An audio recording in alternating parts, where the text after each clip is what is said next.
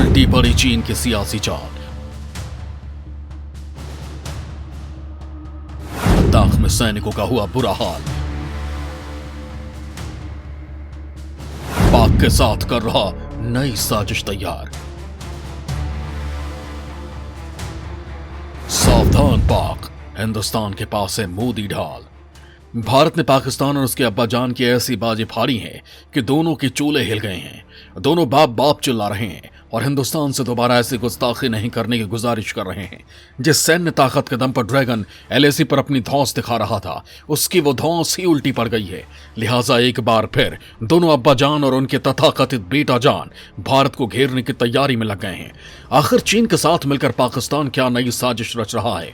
अब कौन सा नया मकर जाल बन रहा है, वीडियो में बताऊंगा आपको। लेकिन क्या हम जानते हैं कि हिंदुस्तान के सरजमी के सरताज की दूरगामी सोच ने ड्रैगन को ऐसी मात दी है कि वो भी सोच रहा होगा कि उसने किससे पंगा ले लिया है, क्योंकि सामने जो है वो हलवा नहीं है। उसने अच्छे अच्छों को सबक सिखा दिया है। फिर तुम किस खेत की मूली हो? दोस्तों, क्या हम जानते हैं कि भारत और चीन के बीच पूर्वी लद्दाख में तनाव अभी भी जारी है। लद्दाख पर जारी है तनाव, वार्ता का अभी तक नहीं निकला है हल। दोस्तों, लद्दाख में ड्रैगन के विस्तारवादी नीति के कारण भारत और चीन के बीच गतिरोध लगातार जारी है। 20 महीने से ज्यादा का वक्त बीत चुका है, लेकिन अभी तक इसे सुलझाया नहीं जा सका है। कई बार यहां हालात असामान्य होने के कारण सैनिकों की झड़प भी हुई है। इस मुद्दे को सुलझाने के लिए दोनों देशों के बीच कई दौर की वार्ता हो चुकी है, लेकिन चीन के अड़ियल रवैये के कारण अब तक कोई भी नतीजा नहीं निकाला जा सका है। लिहाजा हालात जस के तस बने हुए हैं। दोस्तों, यहां मैं आपको बता दूं कि जिस लद्दाख को लेकर चीन भारत को धौंस दिखा रहा है, अपने सैनिकों की संख्या लगातार बढ़ा रहा है, उसकी ये चाल अब उल्टी पड़ने लगी है, क्योंकि उसे इसका खामियाजा अपने सैनिकों की जान देकर चुकाना पड़ रहा है। दोस्तों, ऐसा क्या हो गया है कि चीन के सैनिक बिना युद्ध के ही मर रहे हैं? जानकारों का कहना है कि चीनी सैनिक लद्दाख जैसी जगह में लड़ने के लिए तकनीकी तौर पर कुशल नहीं है। चीनी सैनिकों को वहां के मौसम से लड़ना भी पड़ता है, जो उनके लिए अनुकूल नहीं है। ऐसे मौसम में रहने के वो अभ्यस्त भी नहीं है, लिहाजा उन्हें इसका खामियाजा भुगतना पड़ रहा है। जनवरी के पहले हफ्ते में रिपोर्ट्स के मुताबिक भारी सर्दी के कारण कुछ चीनी सैनिकों की कथित तौर पर मौत हो गई है। लिहाजा ड्रैगन के ये दांव की बॉर्डर पर ज्यादा सैनिक तैनात कर अपनी पकड़ को मजबूत किया जा सकता है, उल्टा पड़ गया है। चीन को अपने इस दांव में किस तरह मुंह की खानी पड़ी है, इसका अंदाजा आप इसी से लगा सकते हैं कि चीन ने 1 साल के अंदर वेस्टर्न थिएटर कमान भी संभाल रहे टॉप चीनी जनरलों को बदल दिया है, क्योंकि उनका भी मौत से साक्षात्कार हो गया था। रिपोर्ट्स के मुताबिक 2 जनरल की मौत लंबे वक्त तक ऊंचाई पर रहने वाले स्वास्थ्य दिक्कतों के कारण हुई है।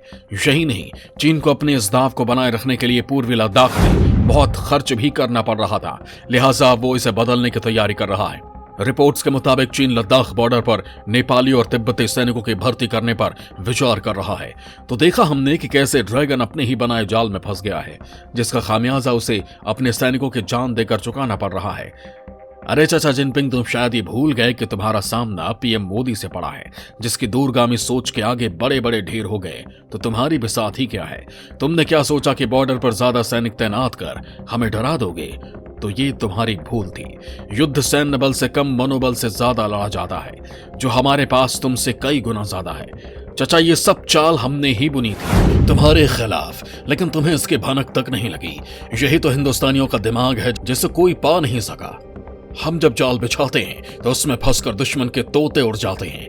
दोस्तों, जैसा कि हम लद्दाख की बात कर रहे हैं, तो बता दूं कि भारत का वो इलाका जिस पर चीन ने जबरन कब्जा कर लिया है, वहां सड़कों और पुलों का जाल बिछा रहा है। सैटेलाइट से मिली तस्वीरों से एक खुलासा हुआ है कि चीन ने लद्दाख के गलवान घाटी में अपने निर्माण कार्य को बहुत तेज कर दिया है। ड्रैगन यहां न केवल नई सड़कें बना रहा है, बल्कि पुरानी सड़कों को चौड़ा भी कर रहा है। इसके साथ ही वैकल्पिक रास्ते भी तैयार किए जा रहे हैं। जानकारों का कहना है कि इस तरह की गतिविधियों के जरिए ड्रैगन अक्साई चीन में अपनी पकड़ मजबूत कर रहा है, जिससे कि जरूरत पड़ने पर वो सैन्य शक्ति का भारत के खिलाफ इस्तेमाल कर सके। यही नहीं, लद्दाख में भारत के खिलाफ दादागिरी दिखा रहे ड्रैगन ने 4 पैरों से चलने वाला दुनिया का सबसे बड़ा रोबोट याक बनाने का दावा किया है। ड्रैगन का ये मशीनी याक भारतीय सीमा पर पहाड़ों के बीच जासूसी गतिविधियों का अंजाम दे सकता है और चीनी सैनिकों को कठिन हालात में भी हथियारों की आपूर्ति कर सकता है। चीन का दावा है कि इस रोबोट की मदद से दुश्मन के इलाके में जंग के समय आसानी से निगरानी रखी जा सकती है। इसके अलावा जिन लक्ष्यों को निशाना बनाया जाना है उनकी भी निगरानी हो सकेगी। जिन जगहों पर इंसानी सैनिकों का जाना मुश्किल होता है वहां चीन ये रोबोट तैनात करने की तैयारी कर रहा है। इन रोबोट को जरूरत पड़ने पर हथियारों से लैस भी किया जा सकता है। दोस्तों, ऐसा नहीं कि चीन की तैयारी को लेकर भारत कोई कदम नहीं उठा रहा है। भारत भी लगातार बॉर्डर पर अपनी पकड़ मजबूत कर रहा है। एलएसी पर भारत मजबूत कर रहा पकड़, सैनिकों का लंबा बेड़ा किया है तैनात। दोस्तों, चीन की नीतियों को देखते हुए भारत ने भी बॉर्डर पर अपनी पहुंच और सैन्य इंफ्रास्ट्रक्चर को बेहतर किया है। इसे इस तरह से समझा जा सकता है कि 1967 में नाथुला, 1987 में सुमदोरोंगचू और डोकलाम में 2017 में अपनी सैन्य शक्ति में यहां इजाफा किया गया है। चीन ने जहां अपने वेस्टर्न थिएटर कमांड में करीब 10 गुना अधिक कर्मियों की तैनाती की है, वहीं भारत ने भी 3 गुना कर्मियों को फ्रंट लाइन पर तैनात कर रखा है। यही नहीं, पूर्वी लद्दाख में भारतीय सेना ने जवाबी कार्रवाई करते हुए राष्ट्रीय राइफल्स को आतंकवाद निरोधक अभियान से हटाकर उसे 14वीं कोर के साथ जोड़ दिया है।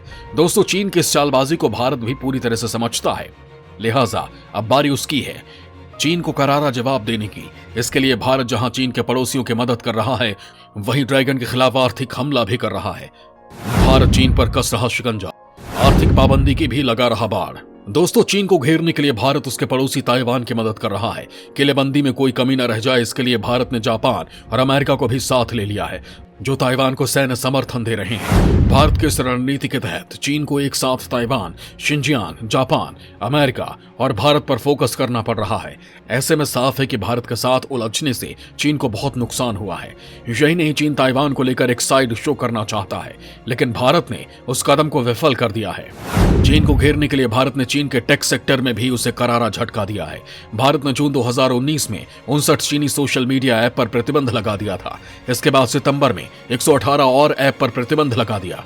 इन प्रतिबंधों से चीनी कंपनियों को भारत के स्टार्टअप बाजार में आने को असंभव बना दिया गया, जो कि दुनिया के सबसे बड़े बाजार में से एक है। इसके साथ ही चीनी कंपनियों को 5G टेक्नोलॉजी के टेस्टिंग ट्रायल से दूर रखा गया है। भारत ने दिसंबर 2021 से चीन के कई प्रोडक्ट्स पर एंटी डंपिंग चार्ज भी लगाया है। भारत अपनी इस रणनीति से भी चीन को दोनों मोर्चों पर घेरने की कोशिश कर रहा है। दोस्तों, जैसा कि मैंने आपसे कहा था कि मैं चीन और पाकिस्तान की एक और नापाक चाल के बारे में आपको बताऊंगा, तो चलिए, सियाचिन को लेकर पाक का नापाक इरादा, चीन की मदद से भारत को घेरने की कोशिश।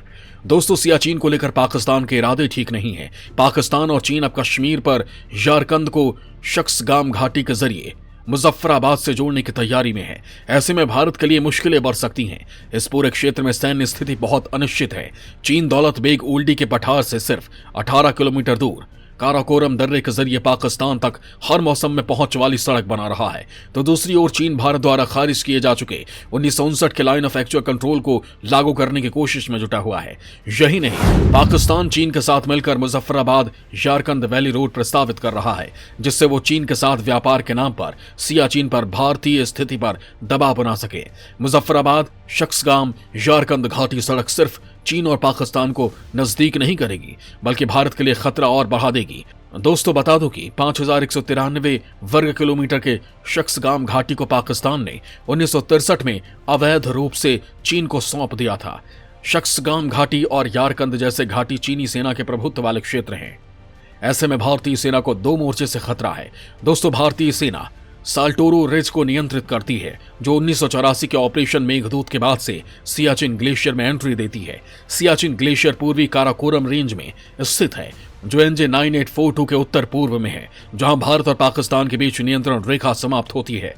तिराम शहर और रिमो ग्लेशियर सियाचिन ग्लेशियर के पूर्व और शख्सगाम यारकंद घाटी के दक्षिण में स्थित है। ऐसे में इन ग्लेशियर के भारत के नियंत्रण में होने से ये न सिर्फ शख्सगाम घाटी और यारकंद घाटी तक पहुंच प्रदान करते हैं, बल्कि सियाचिन और दौलत बेग ओल्डी क्षेत्र की रक्षा करने में मदद करते हैं। एक्सपर्ट्स का मानना है कि ऐसे हालात में भारत को सियाचिन से हटने वाले सोच को ठंडे बस्ते में डाल देना चाहिए। जब तक कि चीन लाइन ऑफ एक्चुअल कंट्रोल को मानने के लिए सहमत नहीं हो जाता, तब तक भारत को सियाचिन से सैनिकों को हटाने को लेकर सोचना भी नहीं चाहिए। दोस्तों, आपको हमारा ये वीडियो कैसा लगा, हमें कमेंट बॉक्स में जरूर लिखें।